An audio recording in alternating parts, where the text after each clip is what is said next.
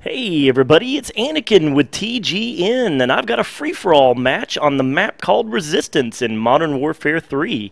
I want to talk tonight about free-for-all in general in the Call of Duty franchise, and of course more specifically now in Modern Warfare 3, since it's been out here for 4 or 5 days, and everybody's kind of gotten gotten their feet wet at least. Here's some of the things that I like to do in free-for-all, and where you'll see we'll get started here with that first blood. That's always nice.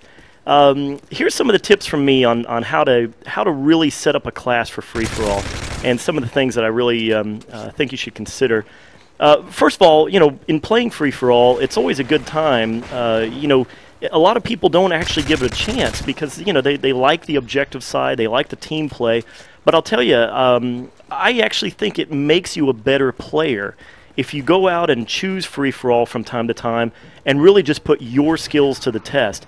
It actually can improve your reflexes in the game because of all the singular encounters. And what I mean by that is how you play the game in free-for-all is very different from team-based or objective-based matches. And so what you're doing is you're relying strictly on yourself to control a certain area of the map or to explore a certain area of the map.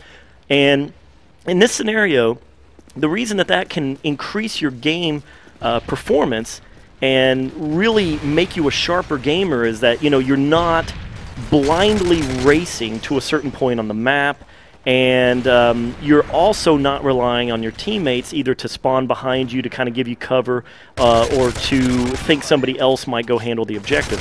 It is all about you in free-for-all, and if you kind of get a little irritated or frustrated from time to time, because you're in a team match with a bunch of randoms and people just don't seem to be working together, free-for-all is always great if you just don't have friends online to play with at that moment. Maybe you're late at night, everybody else has gone to sleep or something, who knows. Free-for-all is always a great time to improve your game. So let me describe free-for-all as a game mode. What you've got is it's just like I was saying, it's all very singular encounters. It's you against another individual, and it's always a surprise generally. You can kind of snipe on free-for-all and kind of stay out of the the run and gun style mode, but generally you're probably not going to win on free-for-all sniping because you just don't get out there enough and have those encounters. You can look at free-for-all as a race of sorts. You really want to get the kills as quickly as possible. KDR is important as always, but it's not as important because what you're doing is you've got to get to 30 kills first. So it's almost like you're racing against the clock as much as you're trying to get more kills than everybody else in there.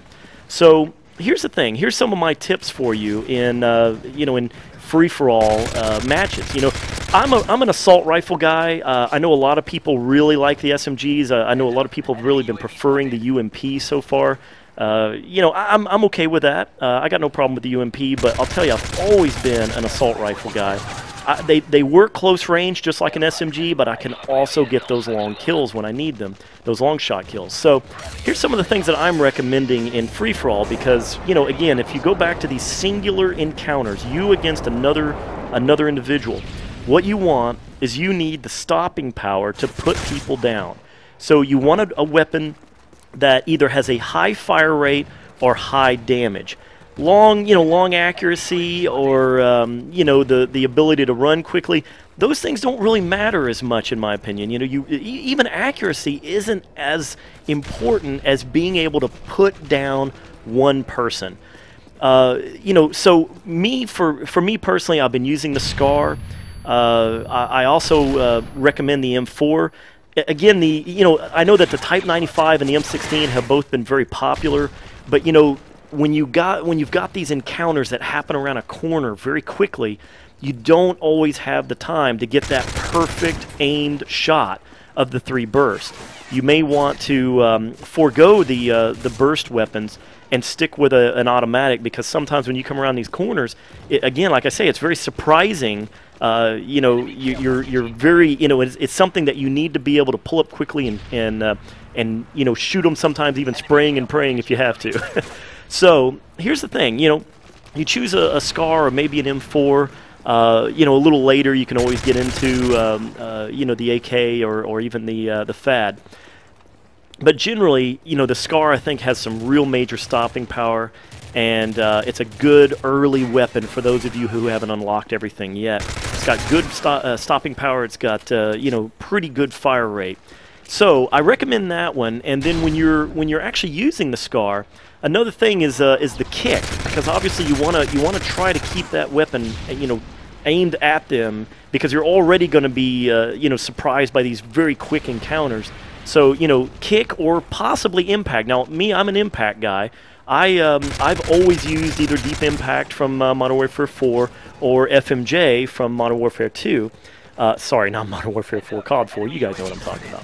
So the impact allows you to shoot through materials, even concrete. You know, you can get that extra damage through materials, and what that allows you to do is it allows you to kind of start shooting at somebody, but it allows you to also move behind cover and maybe get those last couple of bullets through the wall. As you're moving behind a wall to get cover, you can still take them out and get those last couple of you know, last couple of hits to finish the job. So as you move to that, you know, for me now, again, I stick with extended mags regardless. And, you know, at that point, it's always you know, for me, I think extended mags suit me. I do a lot of spraying from time to time. Not that I can't aim, but, you know, again, when you have these very quick encounters, it's not bad at all. Now, you know, secondaries is, I usually choose machine pistols. That's kind of a personal preference thing. I like to rely on them. To me, they're always kind of like mini assault rifles, so I kind of stick with the machine pistols. But let's talk about the perks that I recommend. Sleight of hand is something that I just cannot recommend enough. In fact, it's probably one of the best perks in the game, but it is an absolute must-have for free-for-all. You know, faster reloading. Remember, you are just constantly, you know, 1 second away from an encounter, so you want to be able to make sure you've always got your bullets ready in the gun. So obviously reloading, definitely a must. The second perk that I recommend for free-for-all is Quick Draw. This allows you to aim faster. It's basically pulling up your barrel faster. You know, this is an absolute must in free-for-all, because remember, it's these single encounters, very quick. So you need to be able to pull up the barrel as quickly as you can. The last perk that I recommend is Stalker. And Stalker allows you to do faster aiming, and not faster aiming, but moving faster while you're aiming. That allows you to, you know, while you're aiming, kind of, again, as I'm going back to saying you can shoot through the walls, it allows you to be able to move behind that wall, shoot through it, and move faster to get behind that wall while somebody else is trying to shoot you at the same time.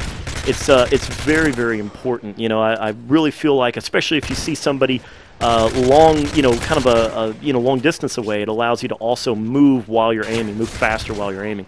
It's an absolute must. I highly recommend it. Talking about some things like strike packages and so forth, you know, the thing again for me, I know a lot of people have really turned to the support package, but again, in the free-for-all world, I think the assault strike package is just much more devastating. What what you're looking for is you're looking for kills, and you're looking for them quickly. Support can help keep you alive, but it doesn't necessarily help your bottom line, which is trying to get the kills in a short amount of time before everybody else. So I definitely recommend you move over to the assault package during a free-for-all match. And again, in saying that your goal is to get kills, one of the death streaks, if you happen to get that far, hopefully you don't, but if you happen to get to a death streak, I really recommend the return of martyrdom. Martyrdom, you know, even if you die, there's a high possibility, because people aren't used to it, you know, there's a high possibility that you can still get that kill and your death wasn't in vain. You know, you still actually added to your bottom line. Now, let me tell you, the reason that I chose this game match, by the way, is there's an absolutely phenomenal ending to it. As you'll notice here, we're about three kills from me finishing off the match, and I do end up with 30 and 15.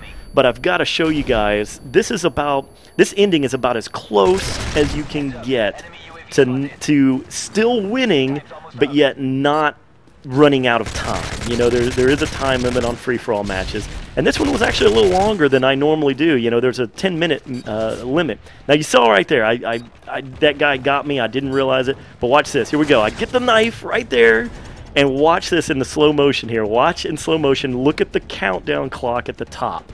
3, 2, 1, and .1 right there. .1. It doesn't get any closer than that, gang.